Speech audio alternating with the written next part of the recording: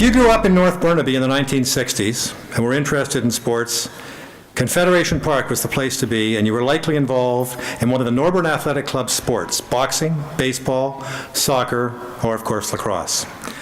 In the mid-60s, a young sports enthusiast was helping coach and was a trainer for several of Norburn's soccer teams, and despite knowing little or anything about the sport, volunteered to act as trainer for Norburn's midget lacrosse team, which incidentally included me on it. He immediately fell in love with the sport, and when a group of 10-year-old soccer players, which included his younger brother, wanted to play lacrosse and needed a coach, he volunteered. Thus began a lifetime of learning to become the best lacrosse coach he could be. Over the years, he read everything available on the art of coaching. He sought information from the newly formed Canadian Association of Coaches and began to see a trend, both nationally and internationally, toward the development and implementation of the science of coaching. He recognized the need to bring psychology into sport and began to utilize his newly learned skills with his minor team as they grew into their teens.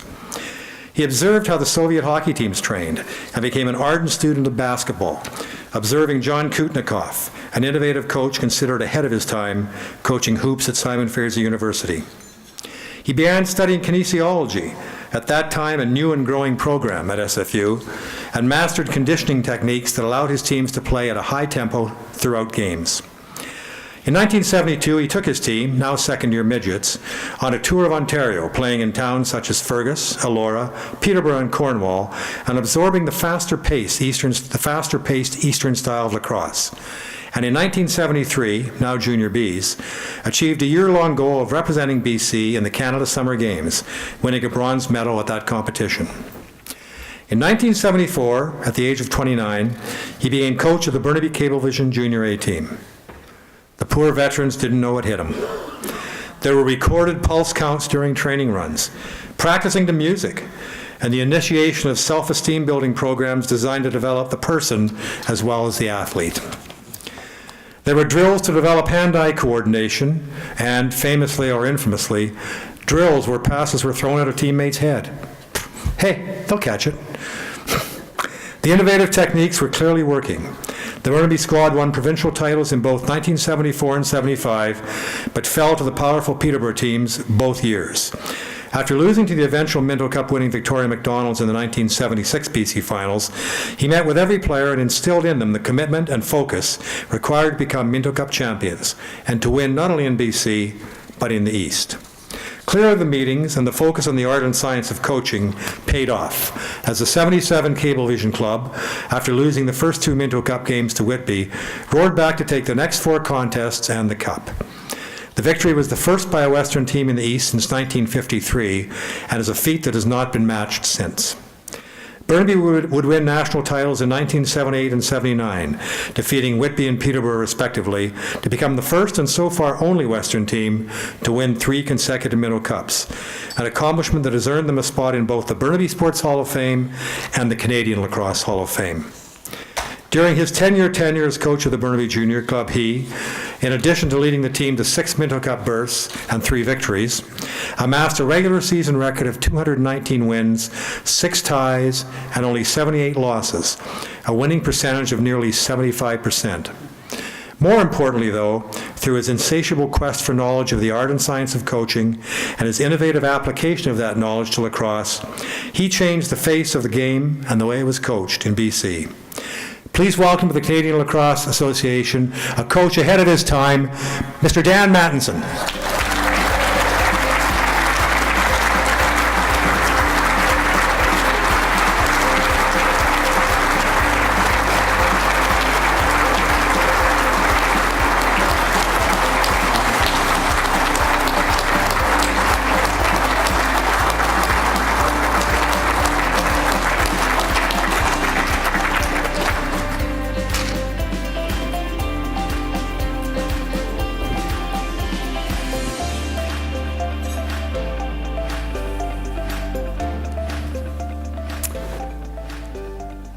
I think Dave must have seen my speech tonight because he's repeated or has done pretty much what I wrote, but I'm going to repeat it. To the governing board of directors, the selection committee, and fellow inductees and guests. It is indeed an honor to be inducted and a humbling experience to be part of a national sport institution. First, I must recognize and thank my family. My wife, Marianne, whom I met through lacrosse friends. We married in the same year of our first Minto Cup in 1977. As well our son and oldest grandson, Sam.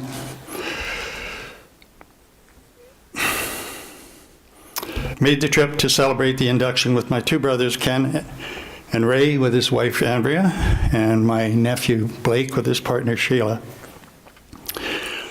Also, the Cable family of players who have come here this evening.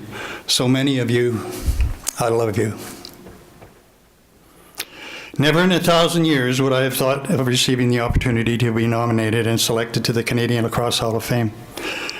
I was never a great athlete myself. I aspired to be one, but never had the athleticism or tools to be any more than a kid who wanted to be part of a team that was competitive and fun to be part of. It became obvious that if I was to participate in sports, the teaching coaching side would be my pursuit. I became enamored by the team game of lacrosse, the athletic skill, the mental toughness, the physical attributes required to excel in the game amazed me. My interest in coaching team sports blossomed, and I began to participate in many coaching development programs, particularly with the Coaching Association of Canada and other sports-specific courses related to the development of the whole athlete and team play. There are so many individuals, teachers, coaches, administrators, and players that I need to thank, who provided myself with the inspiration to pursue a coaching hobby and be successful. I'm going to mention a few, but there are so many countless others in many sport disciplines. Some of the names are not lacrosse specific and may not be recognizable to many here this evening. People like Lloyd Percival, Jeffrey Gowan, amazing visionaries who were mainly responsible for the Coaching Association of Canada and the sport coaching certification programs. Alec McKechnie, an amazing motivational trainer and physiotherapist. John Lee Kudnikoff, basketball coach from SFU and an inspirational speaker in sport motivation and outside of the box training techniques. Jim Bishop, lacrosse coach of the Oshawa Green Gaels. All of these people influenced my approach to coaching the game of lacrosse, but most important of all were all the players who played for me and a gentleman named Jack Crosby. By 1974, I think Ariane is here tonight. Is Ariane here? Okay. By 1974, I had coached through all the minor levels of lacrosse. As it was, Jack and I were coaching the same generation of kids through the Burnaby Minor Lacrosse Association. Every second year, we both had teams and were coaching kids in the same division. So we got to know and appreciate each other's strengths and weaknesses. In 1973, my group of graduating midgets and now eligible to play intermediate and junior. Jack's midgets would be in their midget senior year. That same year, the cities of Burnaby and New Westminster co-hosted the Canada Summer Games in lacrosse, and lacrosse was a games team sport. We amalgamated my graduating midgets and Jack's senior midgets to play in the Junior B division. The provincial Junior B teams participated in the playoff to represent the British Columbia Canada Summer Games.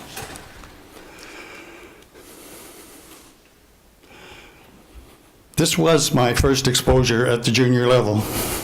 We had a very young team made up of 16 and 17-year-olds and managed to win the special provincial Junior B playoffs and represent BC in the Canada Summer Games.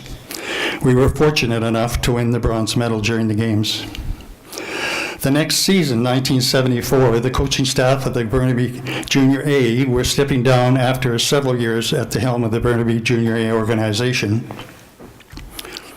Jack approached myself, asking if I would be interested in taking the step up to coaching the Junior A Cables. I did not say yes initially, as I was not sure I had enough lacrosse experience to jump to the Junior A level. I had watched Junior A ball for several years, My first junior A game was watching Jim Bishop's coached Oshawa Green Gaels playing the New Westminster Junior Salmon Bellies during a Minto Cup series at Queen's Park. A hell of a series. Watching many junior A games during and following years, I was discouraged by some of the philosophy of play. I saw the opportunity to develop the skill levels, but thought that the opportunity to develop player team skills and team play was being stymied by the over-aggressive team tactics. Intimidation was a tool many teams were using to discourage the free-flow play of highly skilled players. It was an era that Ernie Punch McLean's Bruins were playing, the Philadelphia Flyers under Shiro, and I don't know whether that had rubbed off or not, but I thought it interfered with a fantastic game.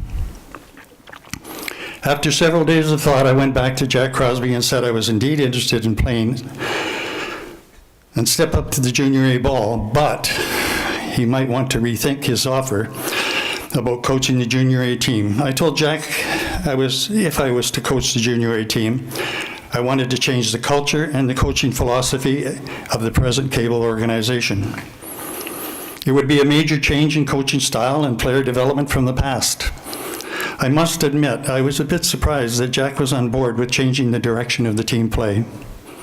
I think Jack knew, as I did, that the Burnaby pool of skilled players in the minor system was a deep one, and the potential of changing the style of play through the coaching philosophy was there.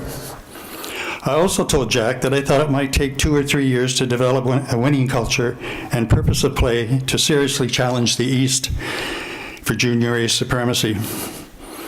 Also knowing Jack would be at the other gate on the bench was reassuring. We did manage to play in the Minto Cup finals in '74, which was in the West, and we lost 4-0. And in '75 in the East, losing 4-1.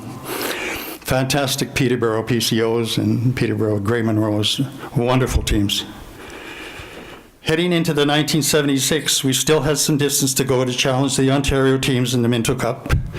We added significant skill to our roster, particularly with the addition of 4 players coming from the Vancouver East Minor Lacrosse Association, 2 in 1975 and 2 in 1976. This added significant grit to an already skilled team. As it was, we were close. As it is, we were to lose a 7-game final provincial playoff series against a very talented Victoria McDonald's team. It was a huge disappointment for us. I, along with Jack, spent the entire winter analyzing the '76 season and vowed the '77 would be better. In 1977, I was particularly proud of our players and organization as we were able to finally slew the dragon in Eastern Canada with team play of all local players, no pickups, no imports. We also had an incredible year within league play, rolling all 3 lines every game throughout the entire season. Everyone was contributing and on the same page. We would be successful in winning successful national titles in '78 and '79. In looking back, our goal as a coach was to teach kids to play lacrosse. But you also hoped you made connections in some way that impacted life lessons on them and that they may leave in a lasting impact.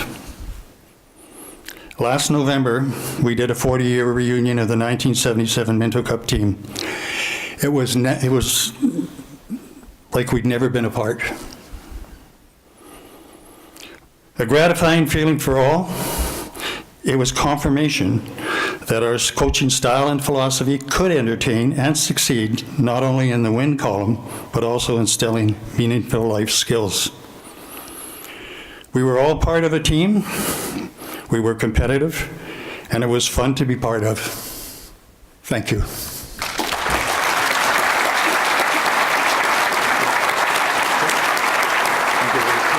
Take my notes.